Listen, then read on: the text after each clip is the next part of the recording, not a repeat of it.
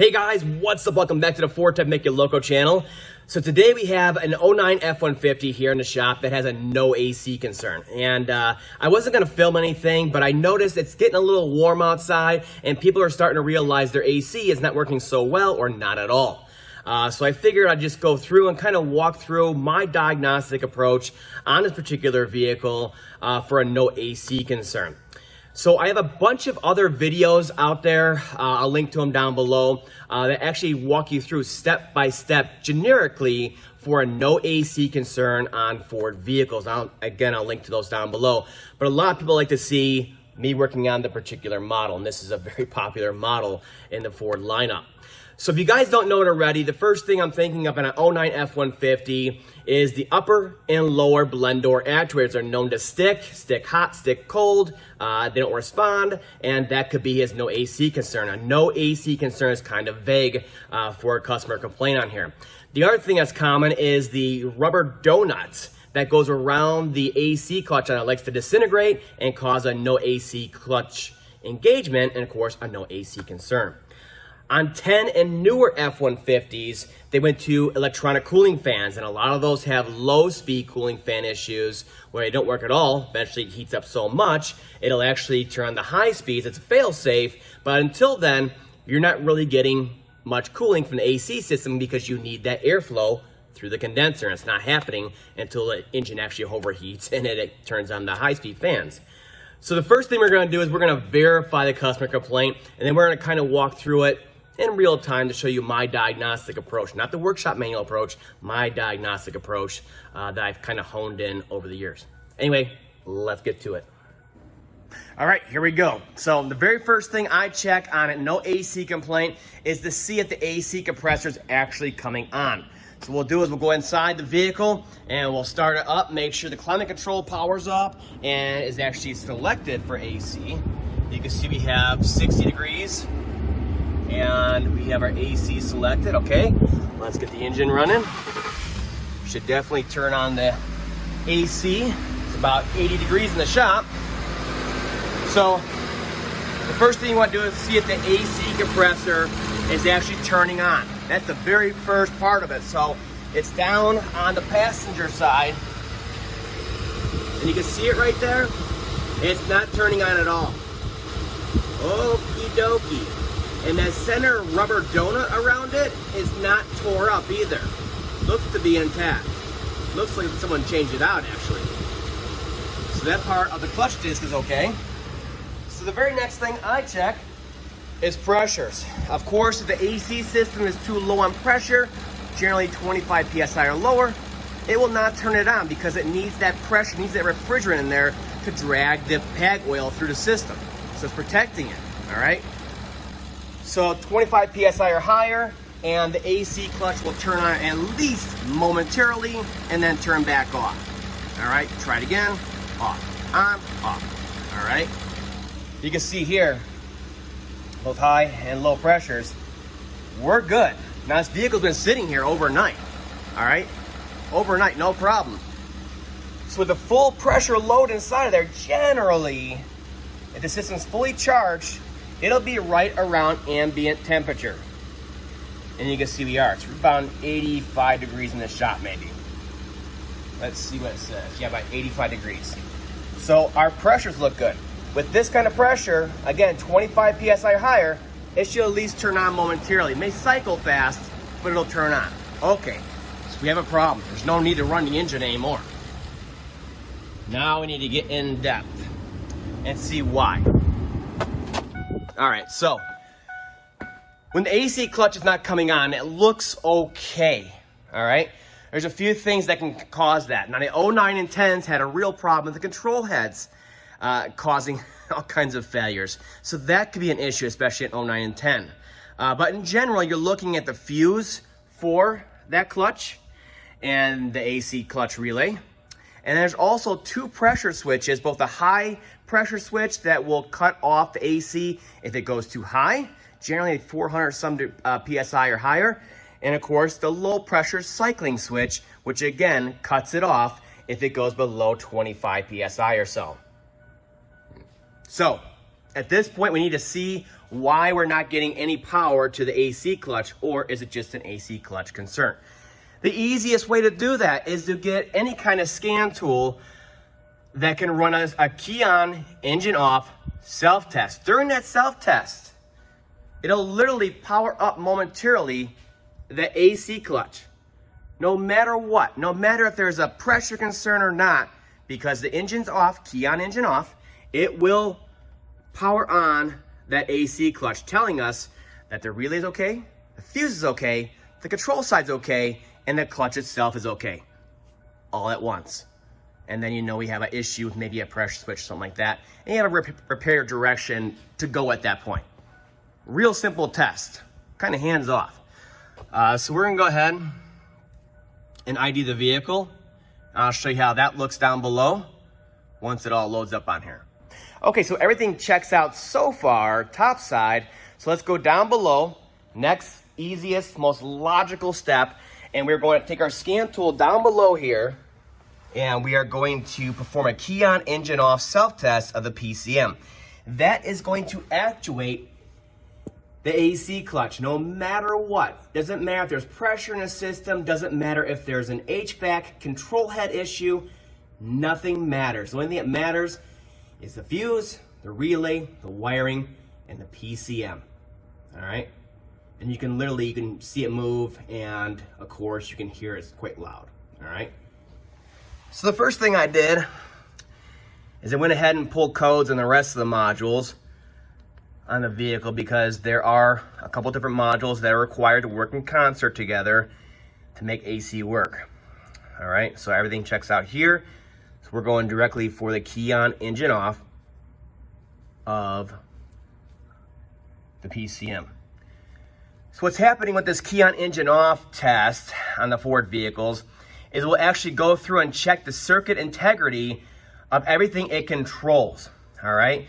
So if there's like an EGR motor or an AC clutch or a fuel pump that it controls, it will turn them on just like that, and it will make sure they turn on and check to make sure there's a voltage drop indicating the circuit's complete and there is a load in that circuit. Now when it's doing that, like I said, it's gonna turn on this AC clutch and it'll be loud. You'll see it move and it'll be loud. Nothing happened, and of course everything passed, all right? So like I said earlier, it looks like someone was in here changing out the AC clutch on here, because that bolt in the middle is a 10 mil when usually it's an 8 mil bolt head on there.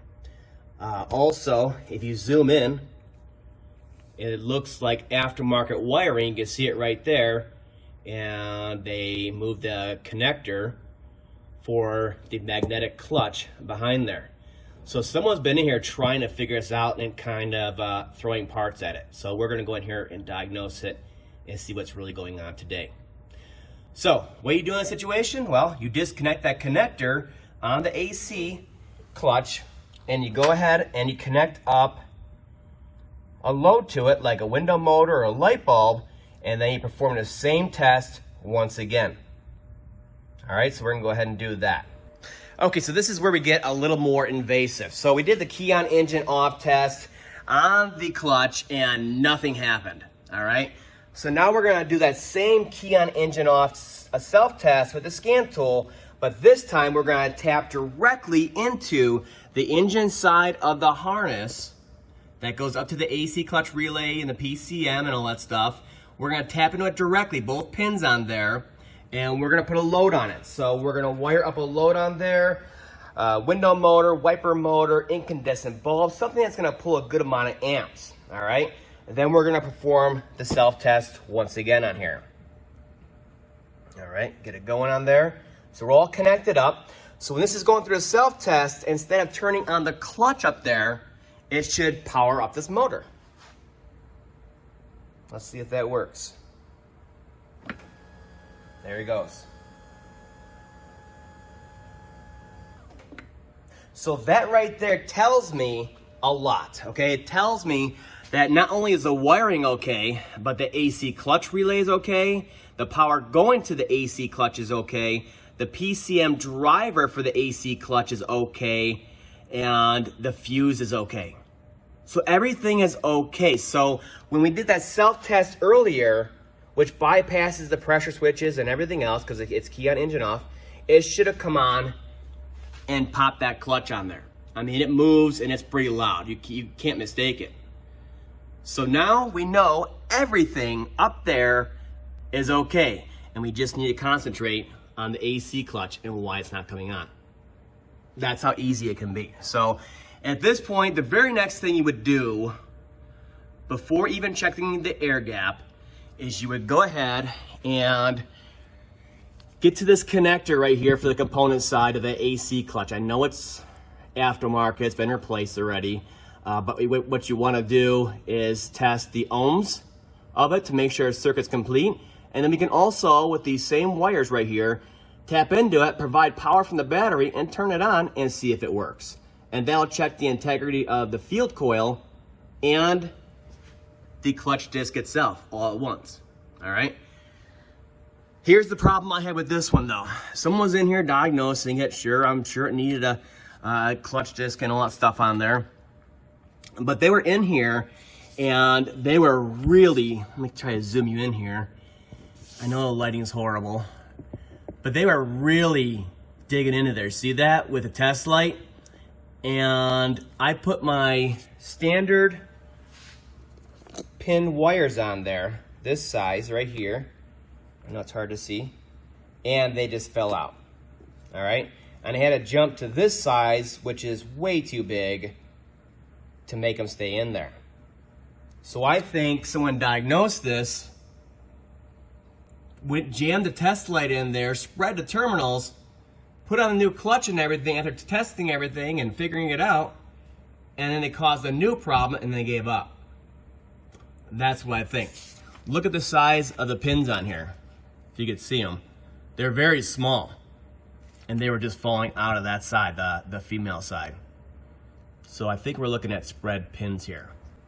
All right, so I went ahead and busted the old multimeter out, put it on the ohm scale, and then I went ahead and put the leads up inside of the component side for that field coil on there. Make sure they don't touch inside of there, or else you're gonna get an inaccurate reading.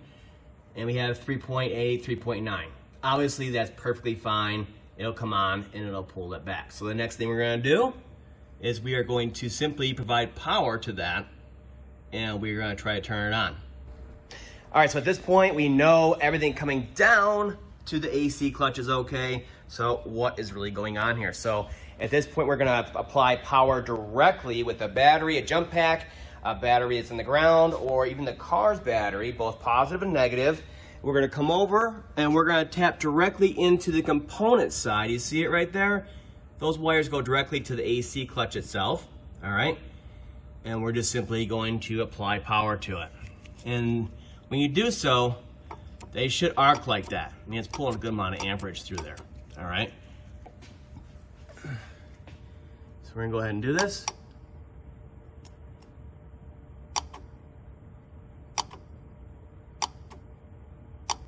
And you hear it moving, and you can you can hear it, and you can kind of see it moving.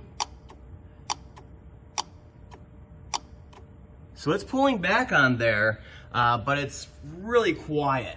I mean, it's like, it's just the air gap's too small or too big, or something's going on here. You can see someone's been in here. So what we're gonna do is we're gonna go ahead and check the air gap on here next to see what's going on. But I'm thinking we still have a pin fitment issue with that connector right there. Because before, with the scan tool, it wasn't doing that even, all right? So let's go ahead and check that out. Okay, so as a last resort to eliminate my suspicion that the pins on here are spread, I put those bigger adapters, you can see, into the engine side harness, and carefully attach them to the component side here, all right? And then we're gonna run that same self-test. And we're gonna see if it all works now. All right.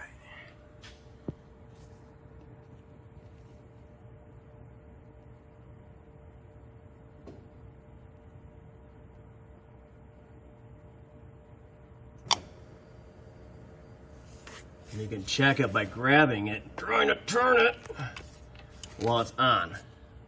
and it held pretty good. So yeah, I think my initial thoughts on pin fitment issues is what's actually going on here. So I'm gonna go see if I can dig up like a connector for that side, repair it, connect it back up, and see if we're all fixed now. Okay, now with the wire replaced, I replaced the pigtail on there. Let's go ahead and try it out. So you can see I can spin it still until it turns it on. Oh, there it goes. And I cannot turn it. Oh, until it releases it. So now everything looks like it's good to go with the wiring for the AC clutch in there. Let's go ahead and start it up and try it out. All right, moment of truth. We have the clutch fixed electrically. It works with the PCM self-test, so now it's time to check actual operation through the HVAC control module. Manifold gauge set is connected, so we can check pressures on there. Here we go. Let's see it all work. So, same thing, 60 degrees, AC on auto, and it should come right on. No sweat. Sounds like it just came on. And our pressures are dropping. Perfect. Check it underneath here. Oh yeah. Working like a charm. All right. The last thing you gotta do is of course an AC performance check. But I'll go ahead and feel it. See how cold it is. Oh yeah, nice and cool coming out of there. Great. All right, there you have it. It goes to show how easy it can be to diagnose and how simple an AC concern can be, especially when another shop or the customer has been in here messing around with it.